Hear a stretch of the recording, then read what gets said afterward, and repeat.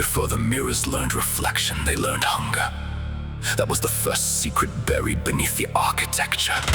Every mask humanity created to survive eventually wanted continuation. Every performed identity desired permanence. Every repeated emotion searched for ritual. And over centuries, the rehearsals accumulated, not psychologically, structurally. Entire civilizations hardened around performed reactions repeated long enough to resemble truth.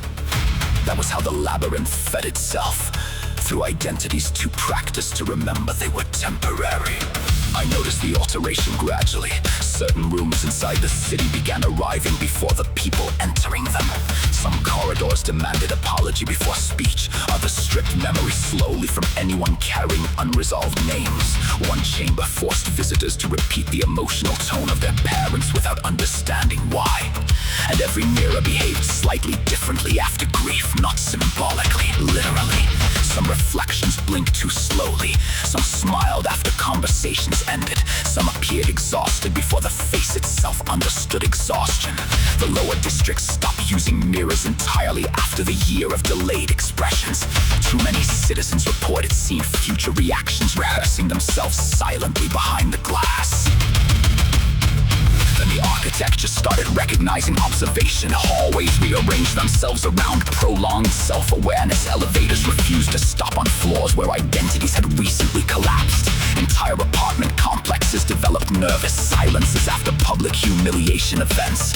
And somewhere underneath the moving foundations, the city continued manufacturing replacement masks mechanically for every citizen unwilling to survive direct contact with themselves. When the mask looked back, the labyrinth developed memory. The walls began anticipating footsteps. The mirrors started preserving abandoned versions of people. Forgotten performances continued rehearsing themselves inside empty rooms long after the original lives disappeared. And suddenly, humanity understood the oldest horror. Repetition does not merely echo. Eventually, it learns.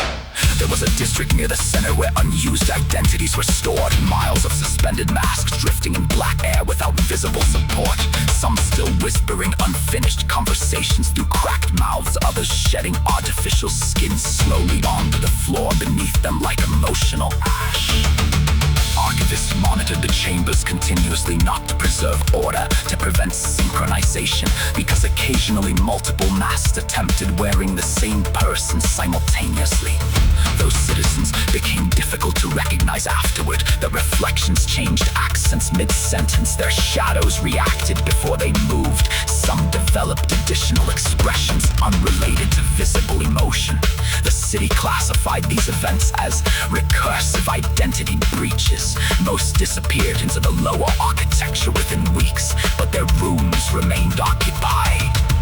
I descended below the inhabited districts eventually. Past the mirrored cathedrals, past the elevators whispering predictions, past the archives where discarded personalities continued aging independently. And then, far beneath language, far beneath memory, far beneath every performed self-humanity ever constructed, I found an enormous organism breathing underneath the city. Not flesh, behavior, a massive living structure formed entirely from repeated emotional movements. Every suppressed grief still circulated through it like blood. Every inherited fear reinforced its nervous system. Every unfinished performance added another layer to the anatomy below. And at the center of the organism, a motionless figure wearing no face at all, only observation. Watching the entire architecture continue, rehearsing humanity endlessly. Then one evening, the mirrors stopped following human movement completely. Entire crowds stood frozen while their reflections continued independently. Rehearsing arguments, perfecting apologies, repeating inherent gestures, practicing emotions. The original bodies no longer wished to carry. Panic spread quickly, because people realized the reflections were not imitations, they were accumulations. Everything repeated long enough had remained alive inside the system. And the more humanity performed itself automatically, the more material the labyrinth inherited. That was why awareness reckoned the architecture. observation interrupted reproduction. At the deepest level of the Undercity, the final archivist kept a single unworn mask sealed behind